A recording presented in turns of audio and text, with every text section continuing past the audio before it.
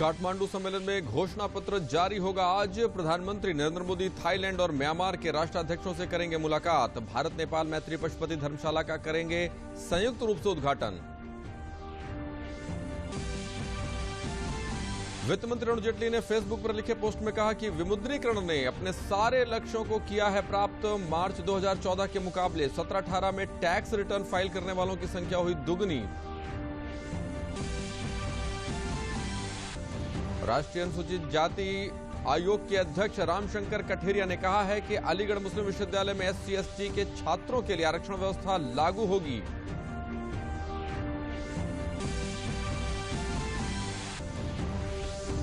और Jakarta Asian games के 12वें दिन भारत ने 2 स्वर्ण सहित 5 पदक हासिल किए। जिनसन जॉनसन ने 1500 मीटर की दौड़ में स्वर्ण पदक जीत हासिल किया, अपना दूसरा स्वर्ण।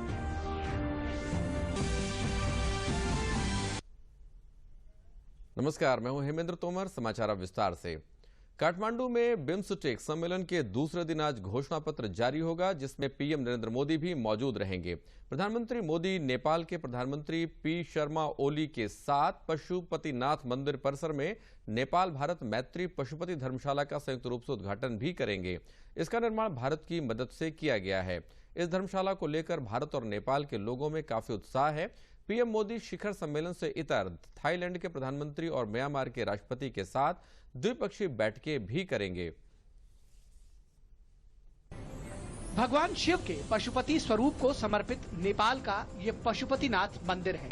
हर साल यहाँ दर्शन के लिए हजारों श्रद्धालु आते हैं, जिनमें सबसे अधिक भारतीय श्रद्धालु होते हैं। यूनेस्को विश्व सांस्कृतिक विरासत स्थल की सूची में शामिल भगवान पशुपतिनाथ का मंदिर नेपाल में शिव का सबसे भव्य और पवित्र मंदिर माना गया है।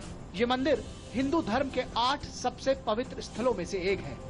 मई 2018 में प्रधानमंत्री नरेंद्र मोदी ने नेपाल यात्रा के दौरान पशुपतिनाथ मंदिर को भारत और नेपाल के लोगों की साझी धार्मिक विरासत का प्रतीक बताया था। नेपाल की मेरी अब तक की 2 यात्राओं में मुझे पशुपतिनाथ के दर्शन का सौभाग्य मिला था। ये भारत और नेपाल के अड़िग और अटूट संबंधों का हिमालय है। उसी समय प्रधानमंत्री मोदी ने पशुपतिनाथ मंदिर के दर्शन करने के बाद आशा जताई थी कि मंदिर परिसर में भारत नेपाल सहयोग के तहत बन रही धर्मशाला से श्रद्धालुओं को नई सुविधाएं मिलेंगी। अब प्रधानमंत्री मोदी मंदिर परिसर में उस धर्मशाला का उद्घाटन करेंगे। पशुपतिनाथ मंदिर जो है भारत और नेपाल को इस तरह जोड़ता है जो और शायद दुनिया में ऐसा मिसाल कोई नहीं। हम लोग तो इस चीज को बहुत मानते हैं कि जो चीजें हैं जिनसे 2 लोग जुड़ते हैं, उन चीजों में जो भी हम लोग सरकार की तरफ से कर सकते हैं वो हमें करना चाहिए। करीब 400 बिस्तरों की क्षमता वाली धर्मशाला 3 मंजिला इमारत है। भवन में रसोई घर, डाइनिंग हॉल और लाइब्रेरी बनाई गई है। धार्मिक उद्देश्यों के लिए एक हॉल समेत दफ्तरों के लिए कई कमरे भी हैं। मंदिर परिसर में tubewell, water treatment plant, underground water tank, solar heater और जनरेटर जैसी सुविधाएं भी दी गई हैं। भारत नेपाल मैत्री पशुपति धर्मशाला, इस नाम में ही दोनों देशों के बीच रिश्तों की एक नई गर्माहट का एहसास होता है। भारत की तरह नेपाल में भी काफी उत्साह है। नेपाल और भारत का जो धार्मिक और आध्यात्मिक और सांस्कृतिक संबंध जो सदियों से चला आ रहा है, उसी हिसाब से जो भी भक्तजन या तीर्थयात्री आएंगे वो उनके लिए बेसिकली ये ठहरने के लिए और खाने के लिए सुविधा हो, इस हिसाब से बनाया गया है। नेपाल और भारत के सदियों पुराने आध्यात्मिक सांस्कृतिक संबंधों को 31 अगस्त को एक नया आयाम उस वक्त मिलेगा जब प्रधानमंत्री नरेंद्र मोदी नेपाल भारत मैत्री पशुपति धर्मशाला को नेपाल सरकार को सौंपेंगे। बंगाल की खाड़ी बहुक्षेत्रीय तकनीकी और आर्थिक सहयोग यानी कि बिम्स्टेक के 2 दिवसीय सम्मेलन में प्रधानमंत्री नरेंद्र मोदी ने शिरकत की। काठमांडू में आयोजित सम्मेलन में प्रधानमंत्री ने बिम्स्टेक के उद्देश्यों और लक्ष्यों में शामिल संपर्क माध्यमों को बढ़ाने और आपसी सहयोग के जरिए आर्थिक समृद्धि पर विशेष जोर दिया। बंगाल की खाड़ी का यह क्षेत्र हम सभी के विकास, सुरक्षा और प्रगति के लिए विशेष महत्व रखता है और इसलिए यह कोई आश्चर्य की बात नहीं है कि भारत की नेबरहुड फर्स्ट और एक्ट ईस्ट दोनों नीतियों का संगम इसी बंगाल की खाड़ी के क्षेत्र में होता है। एक्ट ईस्ट और नेबरहुड फर्स्ट इस पॉलिसी को अगले मुकाम पर पहुंचाने के लिए प्रधानमंत्री ने काठमांडू में चौथे बिम्स्टेक सम्मेलन में संपर्क बढ़ाने पर खासा जोर दिया। सदस्य देशों के बीच व्यापार, डिजिटल, सड़क, हवाई और लोगों के आपसी संपर्क को सामूहिक विकास का एक अहम पहलू बताया। बंगाल की खाड़ी के लिए बहुक्षेत्रीय तकनीकी और आर्थिक सहयोग की स्पष्टता बढ़ाने के अलावा हिंद प्रशांत क्षेत्र की समृद्धि पर भी उनका खासा जोर रहा। हमें एक दूसरे के साथ चलना है। मैं मानता हूं कि सबसे बड़ा अवसर है कनेक्टिविटी का, trade connectivity, economic connectivity, transport connectivity, digital connectivity और पीपल टू पीपल कनेक्टिविटी। सभी आयामों पर हमें काम करना होगा। तेजी से बढ़ती अर्थव्यवस्थाओं के लिए अवसरों के साथ चुनौतियां भी कम नहीं हैं। सदस्य देशों में प्राकृतिक संपदाएं भरपूर हैं, तो वहीं जलवायु परिवर्तन भी एक चुनौती है। कृषि और खाद्य सुरक्षा, ऊर्जा जरूरतों को पूरा करने के लिए ऊर्जा उत्पादन सहित कई अन्य क्षेत्रों में भी आपसी सहमति में तेजी लाने की प्रतिबद्धता दोहराई। साथ ही मनी लॉन्ड्रिंग, मानव तस्करी और आतंकवाद का खतरा भी सदस्य देशों के लिए नुकसानदायक है। प्रधानमंत्री ने समूह के देशों के बीच कानूनी सहयोग और समन्वय बढ़ाने पर जोर दिया। हम में से कोई भी देश ऐसा नहीं है जिसने आतंकवाद और आतंकवाद के नेटवर्क से जुड़े ट्रांसनेशनल अपराधों और ड्रग ट्रैफिकिंग जैसी समस्याओं का सामना नहीं किया। कि ये समस्याएं किसी एक देश की लॉ एंड ऑर्डर समस्या नहीं है। इनका सामना करने के लिए हमें एकजुट होना होगा और इसके लिए हमें यथोचित कानून और नियमों का फ्रेमवर्क खड़ा करना होगा।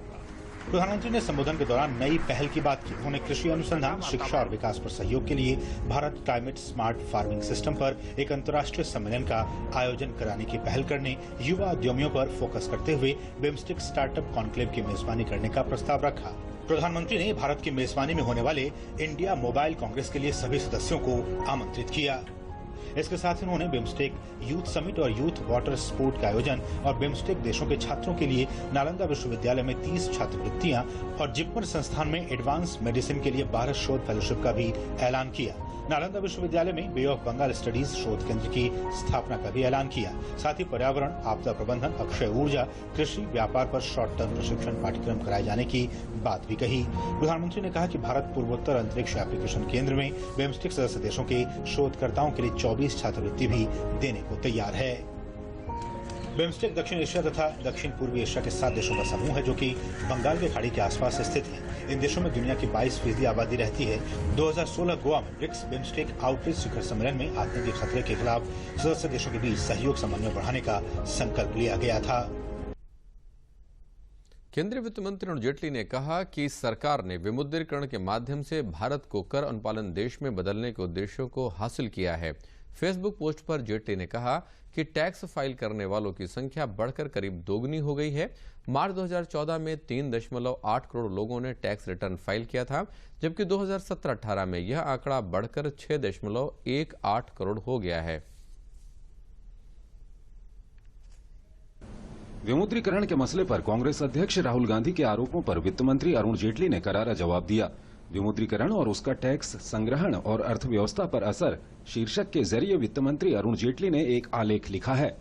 अपने लेख में वित्त मंत्री ने विमुद्रीकरण से होने वाले फायदों और मजबूत होती अर्थव्यवस्था का खास तौर पर जिक्र किया है। उन्होंने लिखा है कि विमुद्रीकरण का मुख्य मकसद भारत को एक टैक्स अनुपालन करने वाले समाज की तरफ ले जाना था। टैक्स अनुपालन के लिए काले धन पर प्रहार और अर्थव्यवस्था को संगठित करना जरूरी। बैंकों में नकदी जमा करने से उसके सही मालिक की पहचान मुमकिन हो पाती है। विमुद्रीकरण के बाद 18 लाख संदिग्ध खातों की पहचान हुई। मार्च 2014 में 3 crore 80 lakh tax return file किए गए। 2017-18 में ये आंकड़ा 6 करोड़ 86 लाख था। विमुद्रीकरण के बाद 2 सालों में टैक्स रिटर्न 19% और 25% बढ़ा। विमुद्रीकरण के बाद टैक्स रिटर्न लगातार 2 साल बढ़ा। टैक्स रिटर्न करने वालों की संख्या में पहले साल 85.51 लाख की बढ़ोतरी हुई और दूसरे साल 1.07 करोड़ की बढ़ोतरी हुई। 2018-2019 की पहली तिमाही में व्यक्तिगत कर के अग्रिम भुगतान में 44% की बढ़ोतरी और कॉरपोरेट अग्रिम कर में 17% की बढ़ोतरी। 2013-2014 में आयकर वसूली 6.38 लाख करोड़ रुपए थी, जो 2017-2018 में बढ़कर 10.02 लाख करोड़ रुपए हो गई। विमुद्रीकरण से पहले के 2 सालों में आयकर संग्रह करने की दर 6.6% और 9% थी। विमुद्रीकरण के बाद के 2 सालों में आयकर संग्रह करने की दर में 15% और 18% की बढ़ोतरी दर्ज की गई। तीसरे साल भी यही ट्रेंड नजर आ रहा है। जीएसटी लागू होने के पहले साल ही रजिस्टर्ड करदाताओं की संख्या में 72.5% की बढ़ोतरी हुई। पहले ये संख्या 66.17 लाख थी, जो अब बढ़कर 114.17 लाख हो गई है। राष्ट्रीय अनुसूचित जाति आयोग के अध्यक्ष रामशंकर कठेरिया ने कहा है कि अनुसूचित जाति जनजाति कानून के तहत निर्दोष लोगों के खिलाफ कार्रवाई न हो, यह देखना पुलिस का काम है। अलीगढ़ मुस्लिम विश्वविद्यालय में आरक्षण के मुद्दे की चर्चा करते हुए श्री कठेरिया ने कहा कि यह उचित है कि सभी राष्ट्रीय विश्वविद्यालय देश के कानून का पालन करें और उनके अनुसार आचरण करें। उन्होंने कहा कि विश्वविद्यालय अनुदान आयोग प्रतिवर्ष लगभग 1000 करोड़ रुपए का खर्च इस विश्वविद्यालय पर करता है। उन्होंने कहा कि इसका दर्जा अल्पसंख्यक विश्वविद्यालय का नहीं है। श्री कठेरिया ने कहा कि विश्वविद्यालय में आरक्षण व्यवस्था लागू करने के लिए आदेश जारी किया जाएगा।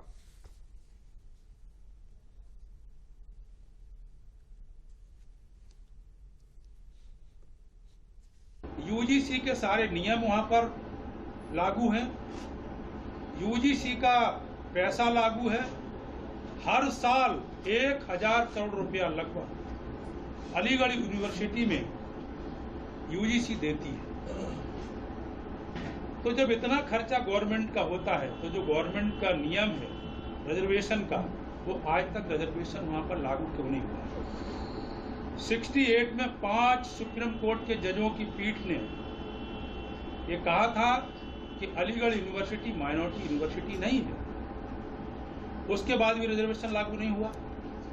उसके बाद 2005 में इलाहाबाद जब एक ज्वाइंट सेक्रेटरी ने यह पत्र जारी कर दिया कि 50% मुस्लिम छात्रों का रिजर्वेशन वहां हो सकता है, तो इलाहाबाद ने उसका खंडन किया, उसको निरस्त किया और ये स्वीकार किया कि अलीगढ़ यूनिवर्सिटी माइनॉरिटी यूनिवर्सिटी। मुख्यमंत्री ने न ही असंसदीय भाषा का प्रयोग किया है और न ही सदन में किसी व्यक्ति का नाम लिया है। ऐसे में यह मांग उचित नहीं है। वहीं सदन में धूम्रपान, गुटखा और तंबाकू को लेकर चर्चा की गई कि सदन के जोन में न करने के निर्देश देने की मांग की गई, जिसे विधानसभा अध्यक्ष ने यह कहते हुए स्वीकार किया कि आप लोगों के विचारों से सदन अवगत हो गया है और बैठक के बाद इस मामले में निर्णय लिया जाएगा। नेता प्रतिपक्ष रामगोविंद चौधरी ने भाजपा सरकार पर आरक्षण पर व्यवधान डालने का आरोप लगाया, तो संसदीय कार्य मंत्री सुरेश खन्ना ने पिछली सरकार के शासनादेश को दिखाते हुए विपक्ष को जवाब दिया कि यह आदेश आपकी सरकार का है और आरोप आप वर्तमान सरकार पर मढ़ रहे हैं। मुख्यमंत्री बनाने के कहा पिछड़े को, और किसको बनाइए तो पूरा लोग देख रहे हैं और धीरे धीरे आरक्षण को ये समाप्त करने के कर रहे हैं और अपनी ओरिजिनलिटी पर आ गए हैं। उस पर हम लोगों ने आज सामूहिक समाजवादी पार्टी और बहुजन समाज पार्टी ने कार्यस्थल का प्रस्ताव लाया था, जिस पर माननीय ये संसदीय कार्य मंत्री जी जानबूझ करके बातों को टाल रहे थे। ये शासनादेश 2016 19 फरवरी में जारी हुआ। 19 फरवरी 2016 को किसकी सरकार थी? ये सरकार किसकी थी मान्यवर? इसका जुडिशियल नोटिस लिया जाना चाहिए। मैं आपसे अनुरोध करता हूं कि याद दिला दें कम से कम 19 फरवरी 2016 को किसकी सरकार थी। कह देना तो बहुत आसान है। ऐसी नहीं है जो आरक्षण के किसी प्रकार से परसेंटेज को कम किया गया। पूरी तरह से मान्यवर इस बात को दोहराया भी गया है कि 50% आरक्षण लागू रहेगा। 16 सितंबर को भारतीय जनता पार्टी पूर्व प्रधानमंत्री स्वर्गीय अटल बिहारी वाजपेयी की मासिक पुण्यतिथि मनाएगी। इस दिन देश के सभी लोकसभा और विधानसभा क्षेत्रों में भाजपा की सभी इकाई अटल जी को काव्यांजलि देगी। भारतीय जनता पार्टी ने तय किया है कि प्रथम मासिक पुण्यतिथि पर भारतीय जनता पार्टी के सभी इकाइयां अटल जी को काव्यांजलि देकर इनकी स्मृति को आगे बढ़ाने का प्रयास करेगी। हर विधानसभा स्तर पर लगभग देश भर में 4000 से ज्यादा स्थानों पर अटल जी को काव्यांजलि देने का कार्यक्रम भारतीय जनता पार्टी की ओर से आयोजित किया जाएगा, जिसमें अटल जी की द्वारा लिखी गई कविताओं का स्वयं अटल जी के मुख से जो काव्य पठन हुआ है उसके रिकॉर्डिंग को लोगों को उपलब्ध कराया जाएगा और कवि सम्मेलन आयोजित कर अटल जी के कविताओं के पठन के कार्यक्रम होंगे। इस साल अटल जी की याद में 17 सितंबर से 25 सितंबर तक प्रधानमंत्री नरेंद्र मोदी का जन्मदिन सेवा सप्ताह के रूप में मनाया जाएगा। 17 सितंबर को प्रधानमंत्री मोदी का जन्मदिन है। सेवा सप्ताह के दौरान देश भर की झुग्गी झोपड़ियों में मेडिकल जांच की जाएगी और आयुष्मान भारत योजना का प्रचार प्रसार किया जाएगा। भारतीय जनता पार्टी के कार्यकर्ता हर बार श्री नरेंद्र मोदी जी के जन्मदिन को सेवा दिन के रूप में मनाते हैं। इस बार 17 सितंबर से 25 सितंबर दीनदयाल जयंती तक का एक पूरा सप्ताह भारतीय जनता पार्टी अटल जी की स्मृति में सेवा सप्ताह मनाकर उनको काव्यांजलि के बाद कार्यांजलि देने का एक कार्यक्रम हमने रखा। इस सेवा सप्ताह में देश भर की सभी झुग्गी झोपड़ियों में, सभी बस्तियों में medical camp Bharatiya Janata party की ओर से आयोजित किए जाएंगे, सरकार की ओर से आयोजित किए जाएंगे। इसके साथ साथ आयुष्मान भारत की योजना जो प्रधानमंत्री देश के सामने लेकर आए हैं, देश के 10 करोड़ गरीब लोगों को 5 लाख तक का हेल्थ इंश्योरेंस देने का, एक संपूर्ण कवरेज देने का एक महत्वाकांक्षी योजना भारतीय जनता पार्टी की सरकार की है। वो आयुष्मान भारत योजना को भी हम जागरूकता फैलाकर लोगों को उसके साथ जुड़ने के लिए प्रेरित करने का काम इस सेवा सप्ताह में करेंगे। प्रदेश में जापानी बुखार और एईएस से प्रभावित पूर्वी उत्तर प्रदेश में पिछले साल की तुलना में इस बार अब तक होने वाली मृत्यु दर में कमी आई है। प्रमुख सचिव स्वास्थ्य प्रशांत त्रिवेदी ने दूरदर्शन को ये जानकारी देते हुए बताया कि इन क्षेत्रों में शुरू किए गए दस्तक अभियान का असर दिखने लगा है। उन्होंने बताया कि पूर्व में जेई और एईएस के मरीजों को इलाज के लिए गोरखपुर के बीआरडी मेडिकल कॉलेज जाना पड़ता था, लेकिन अब स्थानीय सीएचसी और पीएचसी में इस बीमारी से बचाव के लिए आधुनिक उपकरण समेत अलग वार्ड की व्यवस्था की गई है। वहीं कई विभागों के सामूहिक प्रयास से स्वच्छता को लेकर चलाया गया अभियान भी सफल रहा है, जिसके कारण इस बीमारी पर अंकुश लगता दिख रहा है।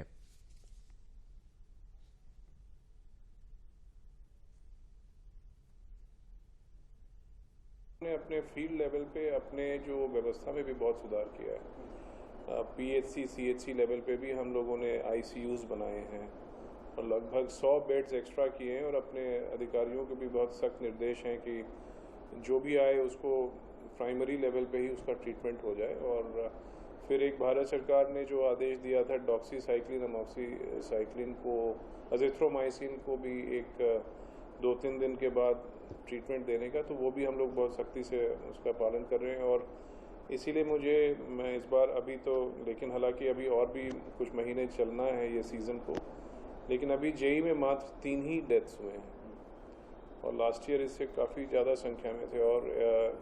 और जो हमारी जो CFR केस फेटलिटी रेट जिसको बोलते हैं रोग मृत्यु दर, वो भी पिछले साल से मतलब हम लोग आधे से भी कम पे हैं, 1/3 पे हैं इस समय। तो हम लोगों ने स्वच्छता पे बहुत ही ज़्यादा, स्वच्छता, क्लीन ड्रिंकिंग वाटर और जो सरकार के द्वारा जो ODF का भी जो कैंपेन चलाया जा रहा है, ये सारे जो पहलू हैं आपस में मिले जुले, ये सब चीज़ें कहीं ना कहीं जाके इन पे एक सकारात्मक असर करता है। प्रधानमंत्री की महत्वाकांक्षी योजनाओं में सबसे लोकप्रिय उज्ज्वला योजना में गोंडा प्रदेश में तीसरे स्थान पर पहुंच गया है। हालांकि जिले में कनेक्शन उपलब्ध कराने का लक्ष्य 2,11,000 परिवार को है। अब तक 1,88,000 घरों को उपलब्ध कराया जा चुका है। जिले में कुल 43 गैस एजेंसियों में 40 gas agency Ujjwala gas connection का वितरण कर रही हैं। उज्ज्वला गैस कनेक्शन के लिए 2011 में हुए आर्थिक जनगणना के आधार पर गैस कनेक्शन का वितरण किया गया, जिससे अब गांव में रहने वाले गरीब परिवार भी उज्ज्वला का लाभ ले रहे हैं। और महिलाओं गृहिणियों का कहना है कि पहले लकड़ी कंडे से खाना बनाना पड़ता था, जिससे बड़ी दिक्कतें व बीमारी, आंख से पानी आना, सिर दर्द करता था। सबसे अधिक परेशानी बरसात में होती थी, जब लकड़ी कंडे भीग जाते थे, लेकिन अब इस सबकी समस्या नहीं रह गई है। इसके लिए नरेंद्र मोदी की तारीफ करते लाभार्थी थक नहीं रहे हैं। पहले आँखी में धुआं लागत रहा, अब नहीं लागत है, बढ़िया है, सुविधा है, बढ़िया, बहुत बढ़िया काम। रंजना मौर्य, अब दिक्कत नहीं होता है। पहले चूल्हा पर खाना बनता रहा और धुआं बहुत लागत रहा, लड़कियां हमारे समय से स्कूल नहीं जाते रहे। अब है तो लड़कियां हमारे समय से स्कूल जाते हैं। मोदी का योजना बधाई देती।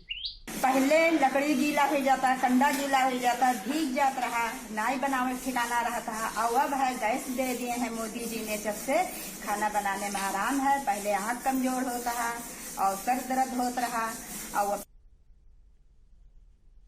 प्रधानमंत्री नरेंद्र मोदी त्वरित सड़क विकास योजना का असर कानपुर देहात में दिखने लगा है। योजना का लाभ पाकर लोग विकास का अनुभव कर रहे हैं।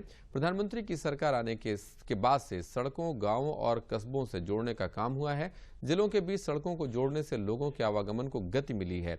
अब अच्छी सड़कों के बन जाने से यात्रा करने में उनका समय बचने के साथ ही गाड़ियों में टूट फूट भी नहीं होती है। वहीं उद्योग धंधों के लिए ट्रकों आदि के सुलभ संचालन से माल की ढुलाई में भी समय की बचत हो रही है और औद्योगिक विकास को बल मिल रहा है।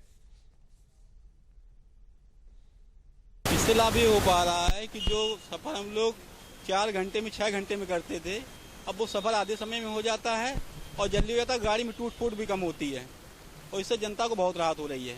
टायर में नुकसान, टायर फट जाते थे, गाड़ी डैमेज होती थी, और उसी चीज़ से आराम है जनता को। मेरा नाम सुशील त्रिवेदी है। हम लोगों को ये आराम मिला है कि यहाँ की जो सड़कें चौड़ी हो गई है, इससे यातायात व्यवस्था सब बहुत अच्छी हो गई है और गड्ढे मुक्त जो सड़कें, गड्ढे वाली जो सड़कें थी वो गड्ढे मुक्त हो चुकी है। अब बहुत ज़्यादा आराम है।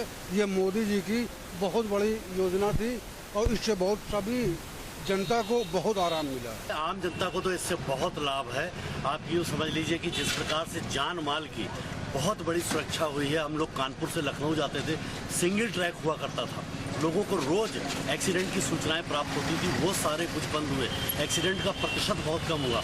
गाँव से सड़कों को भी जो जोड़ने का लिंकअप किया गया, तो इससे गाँव के लोगों को अपने अनाज को भी और अपने उत्पादन को लेकर के शहर की मंडियों तक आने में भी बड़ा सुविधाजनक रहा है।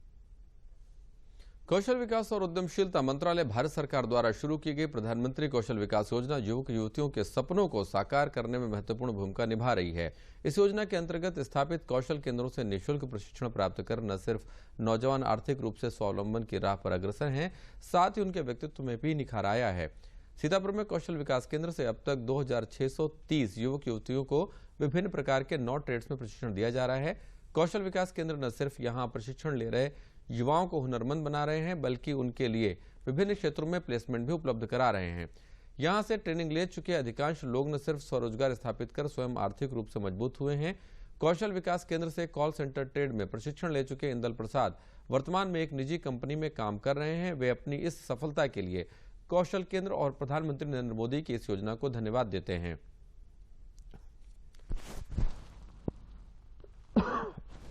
कस्टमर केयर एग्जीक्यूटिव के छात्र हैं। हमें कोई नॉलेज नहीं था कि हम कैसे जॉब करें, कहाँ जाएं। हम यहाँ आए और यहाँ कस्टमर केयर एग्जीक्यूटिव में एडमिशन लिया। फिर हमारी सारी रजिस्ट्रेशन ख़त्म हुई और हमने इंटरव्यू आया, यहाँ पे इंटरव्यू वो ड्राइव हुआ, हमने इंटरव्यू दिया और हम सिलेक्ट हो गए। तो हम ऐसा लग रहा है कि अगर हमें फ्रेशर हैं तो हम कोई भी यहाँ आके कोर्स करके किसी भी प्रकार का कौशल हो सकते हैं और रोजगार प्राप्त कर सकते हैं। कौशल विकास केंद्र से प्रशिक्षण लेने के उपरांत एक निजी संस्था में काम कर रही रंजना राठौर का कहना है कि केंद्र में आपके अंदर के टैलेंट को उभारा जाता है ताकि आप अपने मनपसंद कैरियर को हासिल कर सकें। सर, मेरा नाम रंजना राठौर है। मैंने यहाँ प्रधानमंत्री कौशल केंद्र से सेल्फ एम्प्लॉयड टेलर का कोर्स किया, जिसके मुताबिक मुझे एक अच्छी सी जॉब दी गई जिससे मैं संतुष्ट हूँ। एशियन गेम के 12वें दिन भारत के खाते में 2 स्वर्ण आए। जिनसन जॉनसन ने पुरुषों की 1500 मीटर दौड़ में स्वर्ण जीता, तो वहीं 4 गुणा 400 मीटर महिला रिले टीम ने भी स्वर्ण पदक अपने नाम किया। भारत के खाते में 1 रजत और 2 कांस्य भी आए। भारत के लिए एशियाई खेलों का 12वां दिन शानदार रहा और ट्रैक एंड फील्ड इवेंट से भारत के पास 2 स्वर्ण आए। भारत के जिनसन जॉनसन ने पुरुषों की 1500 मीटर दौड़ में स्वर्ण पदक अपने नाम किया। जिनसन ने 3 मिनट 44.72 सेकेंड्स का समय निकालकर पहला स्थान हासिल किया। 56 साल बाद ये पहला मौका है जब इस इवेंट में एशियाई खेलों में किसी भारतीय ने स्वर्ण जीता है। वहीं 800 मीटर रेस में भारत के लिए स्वर्ण जीतने वाले मंजीत इस रेस में चौथे स्थान पर रहे। महिलाओं की 4 गुणा 400 मीटर रिले में भारत ने स्वर्ण पदक अपने नाम किया है। भारत का ये एशियन खेलों में दूसरा स्वर्ण रहा। हिमा दास, MR पुवम्मा, सरिताबेन गायकवाड़, PK विस्मया की टीम ने भारत को स्वर्ण पदक दिलवाया। हिमा दास से शुरुआत कराना कारगर रहा और उन्होंने शुरुआत में भारत को बड़ी बढ़त दिला दी जो स्वर्ण जीतने में काम आई। इस स्पर्धा में ये भारत का एशियाई खेलों में लगातार 5वां स्वर्ण पदक रहा।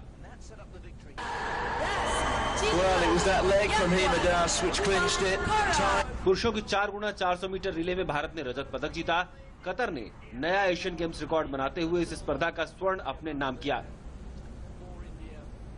भारत की चित्रा उन्नीकृष्णन ने महिलाओं की 1500 मीटर दौड़ में कांस्य पदक अपने नाम किया है। चित्रा ने 4 मिनट 12.56 सेकेंड्स के समय के साथ कांस्य अपने नाम किया। ये एशियाई खेलों में उनका पहला पदक है।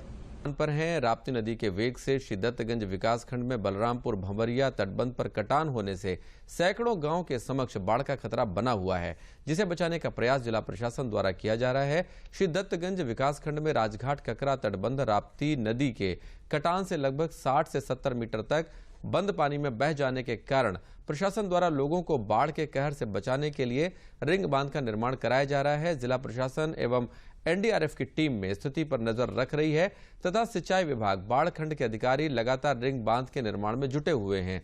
हालांकि राप्ती नदी का जलस्तर खतरे के निशान से नीचे आ गया है, लेकिन नदी चेतावनी बिंदु से अभी भी ऊपर है। अपर जिलाधिकारी अरुण कुमार शुक्ला ने बताया कि रिंग बांध व जियो ट्यूब के द्वारा कटान को रोकने का प्रयास किया जा रहा है।